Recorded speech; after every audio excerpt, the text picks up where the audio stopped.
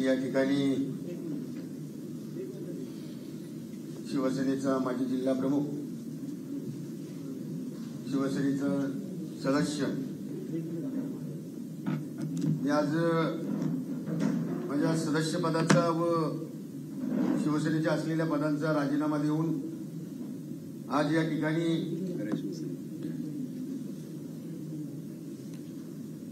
उद्धव साहेब ठाकरे म्हणजे उपाठा यांच्या शिवसेनेतून मी आज या ठिकाणी आदरणीय या राज्याचे मुख्यमंत्री, खऱ्या अर्थानं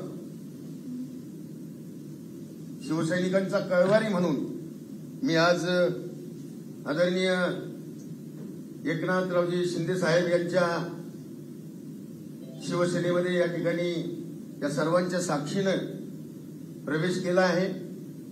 निश्चितच कालपर्यंत म्हणजे गेले 13 वर्ष मी एक शिवसैनिक म्हणून वंदनीय हिंदुहृदय सम्राट शिवसेना प्रमुख श्रीमान बाळासाहेब ठाकरे यांच्या तत्वाप्रमाणे सतत काम केलं।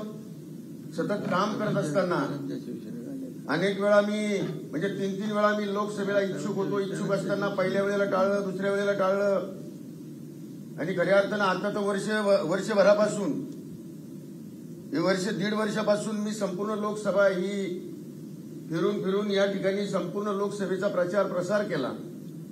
असं असताना ऐन वेळेवरती जे इच्छुक नव्हते त्यांनाच उमेदवारी देऊन खऱ्या अर्थानं माझ्याशी विश्वासघात केला, म्हणजे गद्दारी केली। गद्दार कोण आहे हे तर निश्चितपणे येणारा काळ दाखवून देईल, पण हे जे काही फसवलं गेलं, जे काही फसवणूक झाली गेली, आज 1-1.5 महिन्याचा कालावधी लोटून सुद्धा त्या ठिकाणी अशा झालेल्या चुकीची ज्या ठिकाणी एकाने दखल घेतली नाही, उलट सुलट मी निश्चितपणे सांगेल की मी पण वाट बघत होतो, परंतु अद्यापपर्यंत अशी कुठली दखल घेतली गेली नाही। खऱ्या अर्थानं वंदनीय हिंदुहृदय सम्राट शिवसेना प्रमुख श्रीमान बाळासाहेब ठाकरे यांना अभिप्रेत असलेलं काम या लोकांना करायचंय की आणखी दुसरीकडे भरकटून कुठेतरी जायचंय, शिवसेनेचा घात करायचा आहे, अशा स्वरूपाचं काम या ठिकाणी या संघटनेमध्ये चालू आहे। 2-3 लोक म्हणजे आता ते दरिद्री नारायणच म्हणावं लागेल त्यांना। येणाऱ्या काळामध्ये त्यांना त्यांची दिशा आणि दशा कळेल, पण मी निश्चित सांगेन की जे काही अपूर्ण काम राहिले त्या येणाऱ्या काळामध्ये आपण निश्चितपणे आदरणीय शिंदे साहेबांच्या नेतृत्वाखाली आणि वंदनीय हिंदुहृदय सम्राट शिवसेना प्रमुख श्रीमान बाळासाहेब ठाकरेंना अभिप्रेत असलेलं काम या संपूर्ण राज्यभरामध्ये नव्हे तर देशभरामध्ये सुद्धा आपण करून दाखवू। आज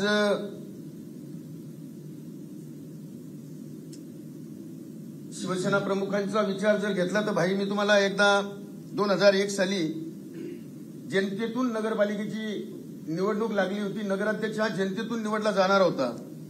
त्यावेळेला दादा मला उमेदवारी वंदनीय शिवसेना प्रमुख श्रीमान बाळासाहेब ठाकरे यांनी जाहीर केली आणि माझं नाव जाहीर झाल्यानंतर 2-3 दिवसांनी खालचे पदाधिकारी वरती आले आणि त्यांनी साहेबांना सांगितलं की साहेब हा चालणार नाही, तिथे एक जाणकार वकील याच्यासारखा उमेदवार दिला पाहिजे।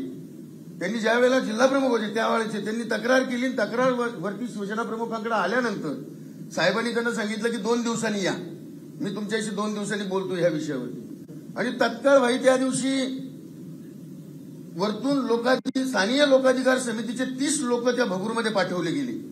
त्या 30 लोकांनी प्रत्येक वार्डाच्या प्रत्येक गल्लीत बोळत जाऊन सगळे पानपट्टी असेल किंवा चहाचं दुकान असेल, चहाची टपरी असेल, तुमचं किराणा दुकान असेल, भाजी विक्रेता असेल, रिक्षावाला असेल, टॅक्सीवाला असेल, या प्रत्येकाची घराघराची चौकशी करून त्या ठिकाणी रिपोर्ट दुसऱ्या दिवशी शिवसेना प्रमुखांकडे सादर केला आणि दुसऱ्या दिवशी यांना जे बोलवलं होतं त्यांच्या समोर हा रिपोर्ट त्यांनी ज्या वेळेला शिवसेना प्रमुखांनी टाकला तर त्यावेळेला त्या लोकांची बोलती बंद झाली होती आणि उमेदवारी माझ्या उमेदवारीवर शिक्कामोर्तब केला होता।